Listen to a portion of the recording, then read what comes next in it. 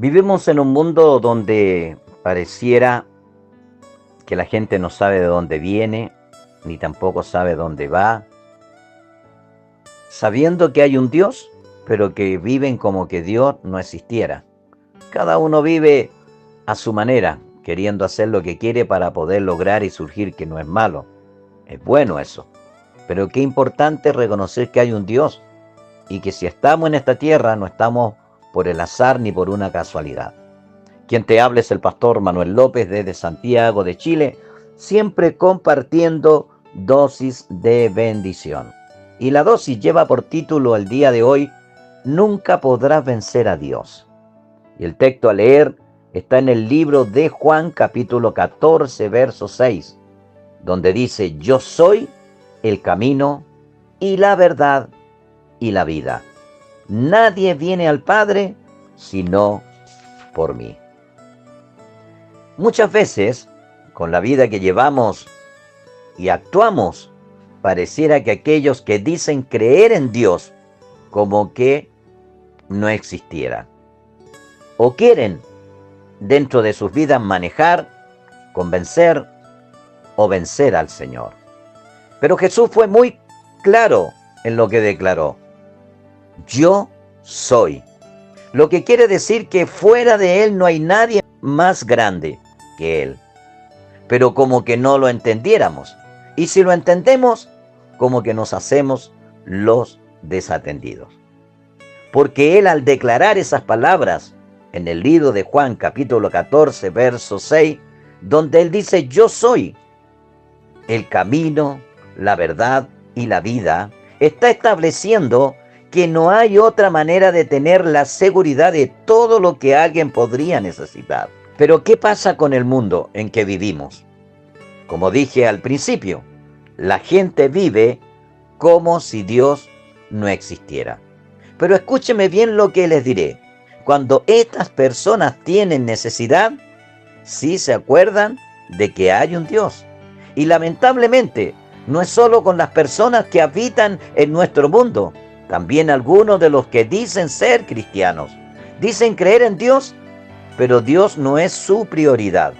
Es fuerte lo que diré, pero pareciera que para muchos de los que un día reconocieron a Jesucristo como Señor y Salvador de sus vidas, el Señor fuera solo su proveedor, como un botiquín, una urgencia, como algo de primeros auxilios, que cuando necesitan algo, ahí sí se acuerdan de ir a Él. Dije al principio, como si quisiéramos manejar, convencer o vencer a Dios. ¿Y por qué lo digo? No somos consecuentes con Dios. No tenemos ninguna responsabilidad con Él. Y si la tenemos, es la mínima. Oramos, no lo necesario. Nos congregamos sin un mayor compromiso de responsabilidad. En cuanto a la obediencia de llevar el Evangelio a toda persona, nada. Como que solo fuera responsabilidad del Señor. Cuando el Señor, después de estar con los suyos, les dijo, ahora vayan y hagan otro como yo. Pueden leer ahí en Mateo capítulo 28, verso 19, que si aceptamos a Jesús nosotros y estamos con Él, nuestra labor es ser sal y luz de este mundo y predicar la palabra del Señor. Pero como dije, como que todo es tarea del Señor y se lo dejamos a Él, siendo que nosotros somos el medio que Dios tiene para usar en esta tierra. Si nos ponemos a pensar en nuestro andar, muchas veces la vida que llevamos es muy complicada. ¿Y el por qué? Porque no son suficientes de poner todo bajo la mano de Dios. Las personas hacen lo que quieren con sus vidas. Se proponen muchas veces cosas para hacer en Dios, pero como a ellos les parece que es bueno. Veamos otros ejemplos. Ayunan porque dicen que es bueno, y es verdad, pero a su manera, no a la manera en que Dios lo anhela. Creyendo del por qué lo hacen, Dios tiene el deber de responder al propósito de lo que quieren conseguir en cuanto a ese día que ayunaron. ¿Cuántos son los que ayunan en sus vidas y siguen siendo los mismos sin cambio? Y eso es muy grave. ¿Por qué? También es peligroso. ¿Por qué? porque entran en un terreno espiritual sin la cobertura de Dios. ¿Por qué? Porque hay un deseo de ayunar solo por querer conseguir algo y no por querer tener un cambio y estar cada día más cerca de Dios. Y al terminar lo que se propusieron ayunar, ¿no es cierto?, las cosas se les complicaron mucho más. Sí, porque entraron en un terreno espiritual, en una guerra espiritual, sin el respaldo, sin la cobertura de Dios, porque Dios no va a respaldar a aquellos que quieren hacer lo que quieren sin antes ir a consultarle a Él. Y así cuántas cosas que hacen para Dios sin su dirección y sin su bendición. Pastores, predicadores, líderes, hermanos, si no hay obediencia a Dios, por muchas cosas que hagamos para Dios, si primero no tenemos el deseo de involucrar a Dios con todo lo que hagamos, con toda esa actitud de no obedecerle, nada de lo que nos dispongamos a hacer resultará. Por eso dije, manejar, convencer o vencer a Dios será imposible, y menos que Él te entienda y respalde lo que tú estás haciendo a tu manera. Es imposible. Quiero ir concluyendo.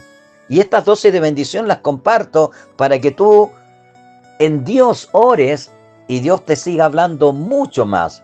Por eso son dosis cortas, dosis cortitas para darte a entender y hacerte pensar mucho más en lo que es la palabra del Señor. Quiero ir concluyendo.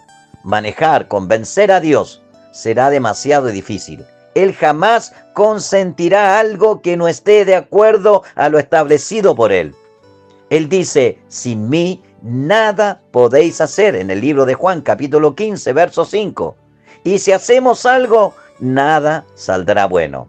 También dice en el verso 16, el que en mí no permanece, será echado fuera como mal pámpano.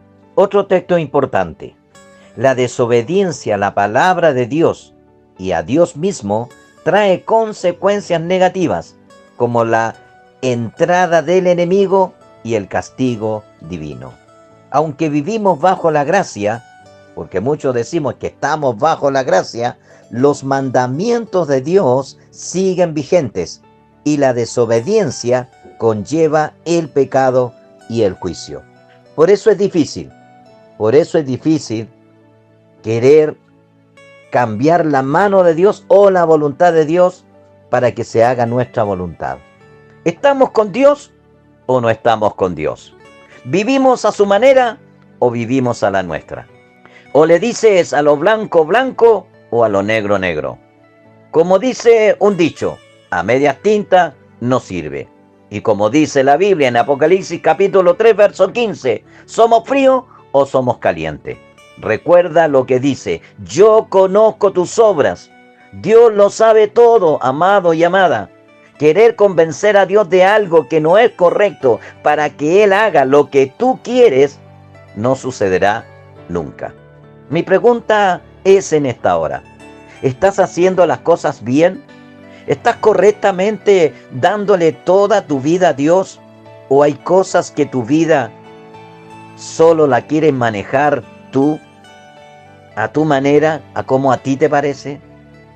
Dios, en esta hora en que tú estás escuchando, Dios te da la oportunidad de hacer las cosas bien. Y en este mismo momento, en este preciso momento, te da la oportunidad para decirte que no te equivoques más en lo que tú estás haciendo y empieces a ver lo tremendo que Dios es para con los que le sirven, haciendo su voluntad. Te quiero decir algo, con Dios se avanza, no se retrocede. Se suma, no se resta. Se gana y no se pierde. Si Dios es con nosotros, vamos, que se puede, porque con Él, si vamos adelante, vamos a tener toda nuestra seguridad de lo que nos vamos a proponer, los vamos a conseguir. ¿Y qué queremos conseguir como primera cosa? Es buscar su reino, es tener su salvación. La salvación es igual a salud y también a provisión. Lo que quiere decir que si estamos en Él correctamente y estamos haciendo lo que Él quiere y no querer manejar a Dios a nuestra manera, sino dejar que Él vaya delante de nosotros y nos guíe y nosotros seguirle, vamos a conseguir las bendiciones que anhelamos. Quiero orar por ti. A lo mejor tú estás en una situación bastante difícil, bastante complicada. A lo mejor crees que estás haciendo lo correcto, pero si vas al espejo de la palabra de Dios, te vas a dar cuenta que no lo estás haciendo. Pero este es el momento en que tú puedes decirle: Señor, quiero andar conforme tu palabra, tratar de hacer lo mejor posible, porque quiero tener la salvación, quiero tener la bendición, quiero tener todo lo que tú tienes para mí, y sé que lo que tienes es abundante. Ora conmigo. Padre, en el nombre de Jesús, yo quiero en esta hora bendecir a los que escuchan esta reflexión, esta dosis de bendición, para que el que esté a lo mejor erradamente caminando, creyendo que lo está haciendo bien, pero si va a la palabra se da cuenta que no, que pueda volverse a ti, Señor, para que pueda andar conforme a tu perfecta voluntad. Oro para que sean bendecidos. Si alguien está orando en esta hora ahí, en el lugar donde está escuchando, tócalo, bendícelo, toma toda su vida, transforma su vida, haz un cambio radical.